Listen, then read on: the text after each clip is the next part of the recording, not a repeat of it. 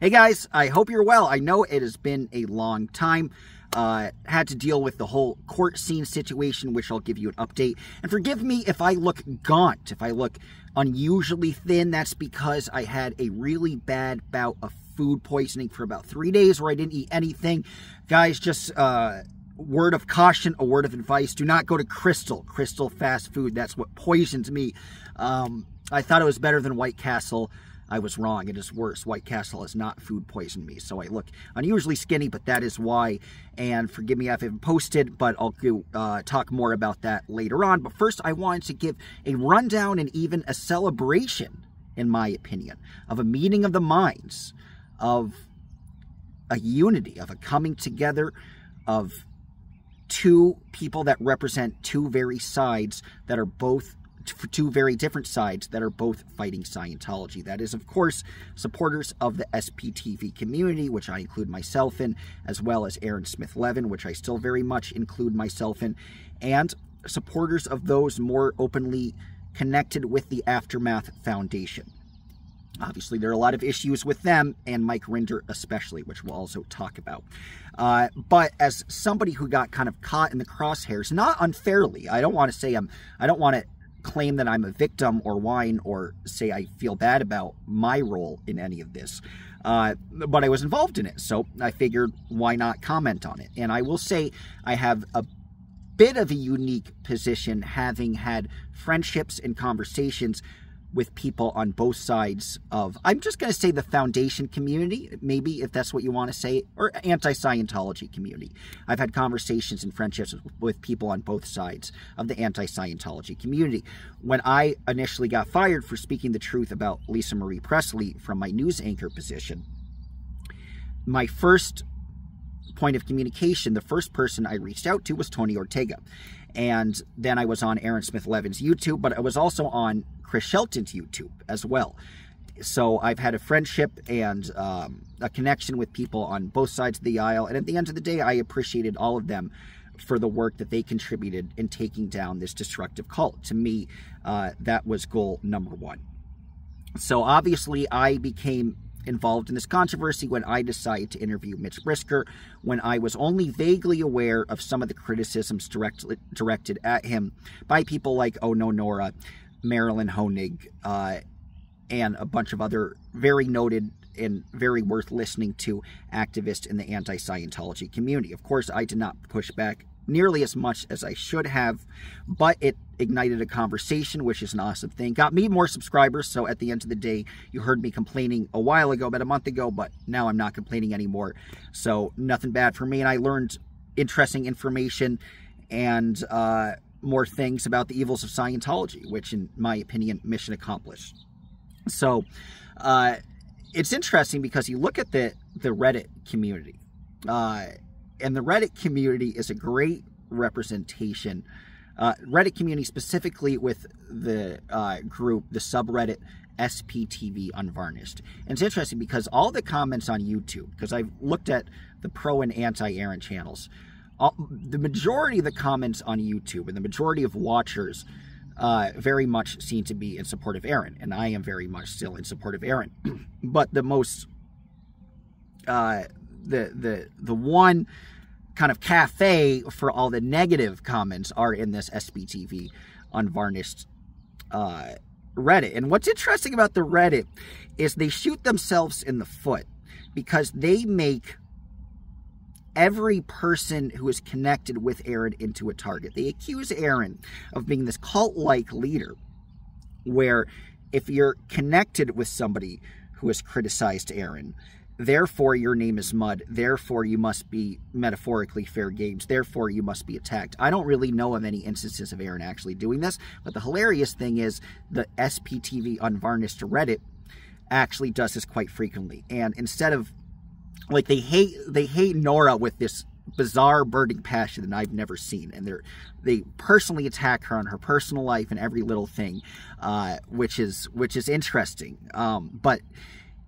I bring all of this up only to say that there is personal animus, personal vitriol on both sides, and there is a lot of that directed at Nora. I think most of the criticism on Nora's part and on on people who maybe have been the subject of her criticisms, have handled the criticisms based on what was inaccurate, what is not accurate, and based on the points that are either correct or not correct. These are not, none of her conversation has been based on character. None of her criticisms have been any character assassinations. Again, a very different story when you're looking at the detractors of Nora specifically. All of that kind of goes back to character if you kind of look at the fine print and look at all that conversation. So I found that, I just want to note that because she would have a reason to feel that she's kind of being personally singled out, and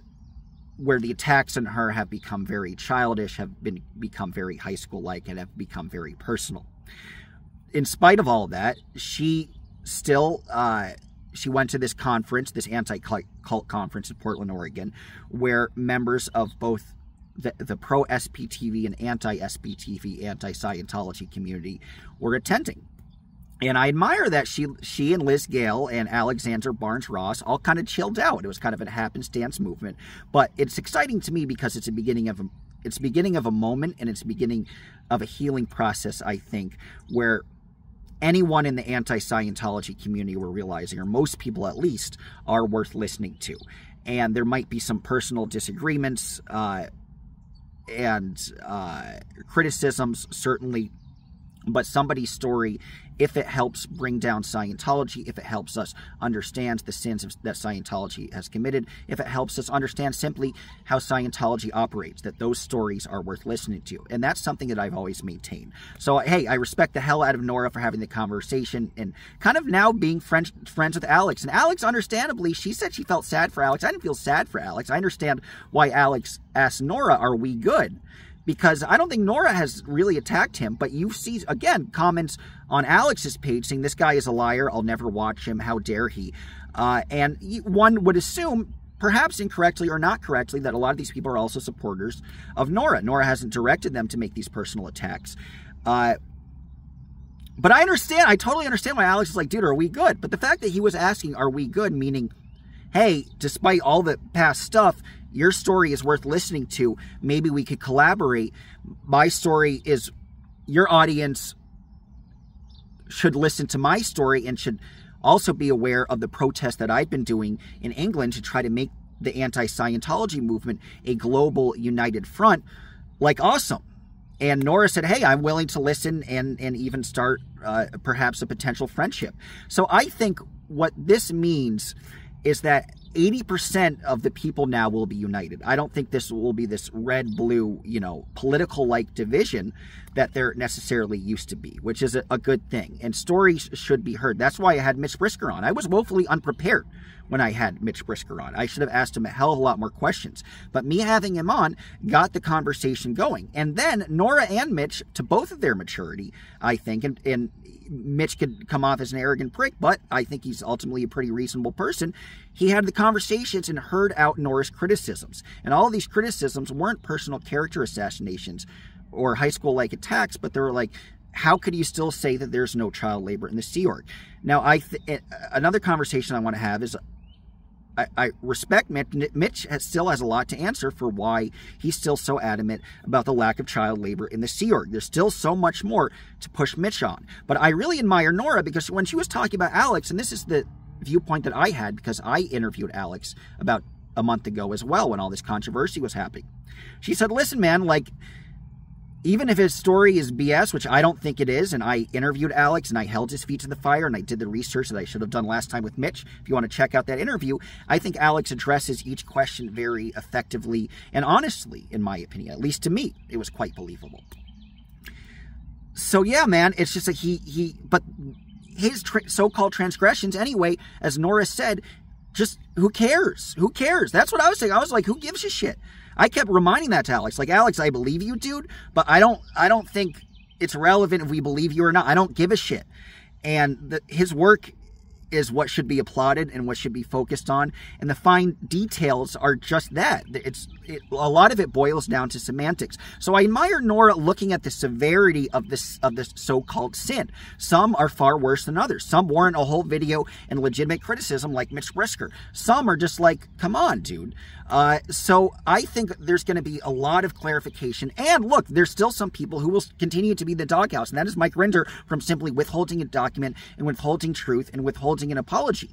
All of these step 1, 2, 3, he could make amenable. The other dude that wants to continue the division, unfortunately, whose YouTube was on, and I like a lot, and I still admire, but didn't like his behavior with this, was Chris Shelton. Alex was like, let's let bygones be bygones. We need to come together. We can't just, oh, it's raining now, so I'm going to stop because you won't be able to hear me. But we can't be too focused on these distractions. But Chris Shelton didn't even want to do a simple hello, how are you, let's start a communication. So dog is not happy with the rain. So yeah, I'm gonna close up because it's pouring on me right now. We're in Tennessee, but yeah, anyways, I was gonna close up anyway as I'm getting poured on.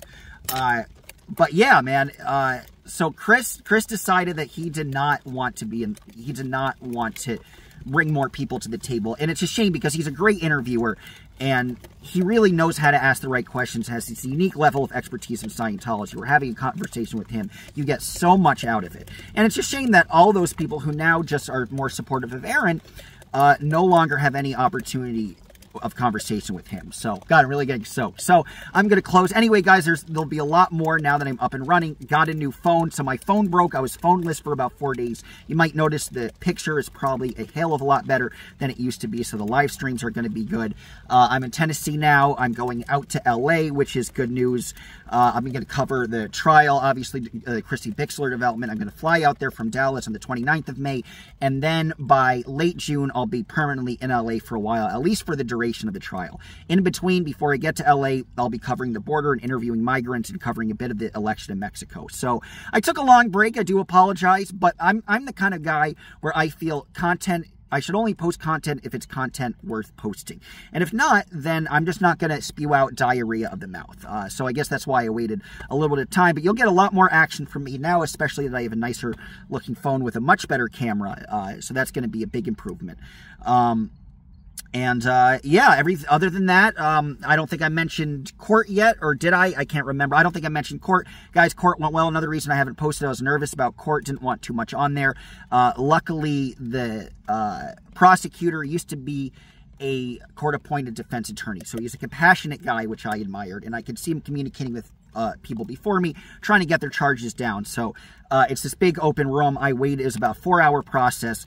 The gentleman suggested to me that I would take a disorderly conduct charge, a $500 fine. That would be a city ordinance violation, no probation, no misdemeanor. So that is a good thing. And we'll have a longer conversation maybe someday about the disorderly conduct, because that's also a charge down from something as bad as domestic abuse. So they're all kind of in the same family, but mine was just simply marijuana possession. No, perhaps my lungs were abused, but that was about it. But it is a good thing for me personally, so good news about the court. Appreciate Shannon being there. And so, yeah, guys, I was also phoneless again for 4 days. I was pretty broke, but now I have a new phone. So you'll hear a lot more from me. And, yeah, thank you for being a continued supporter. I appreciate it. Take care. Bye-bye.